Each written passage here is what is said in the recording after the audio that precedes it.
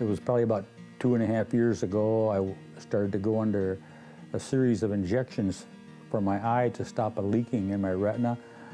Being a diabetic, that's kind of serious. And so I thought, well, I better do it to try to save my vision. And after the second injection, I woke up on a Saturday morning and I was totally blind in my left eye. I had contracted a bad infection. And I went to the hospital, and the hospital referred me to Dr. Wu. When I met her in the office, she asked me what was wrong, and I told her, and immediately she was 100% concerned.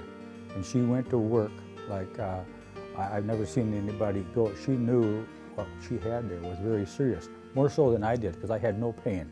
I believe there was like 3 different infections that I could have contracted. She said we didn't have time to do biopsies or anything else. It was that serious.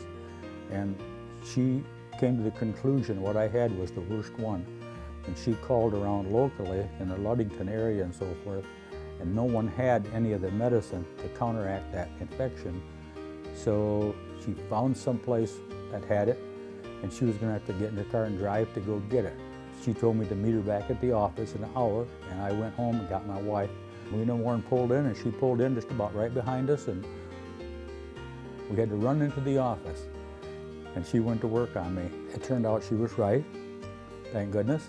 Without Dr. Wu, her knowledge and expertise and her caring attitude, especially, I give her all the credit for me regaining the sight that I have in my left eye.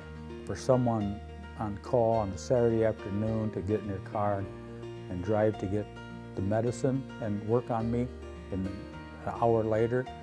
And normally, you know, it's the old take an aspirin and call me on Monday thing, but this was the exact opposite. It was all business.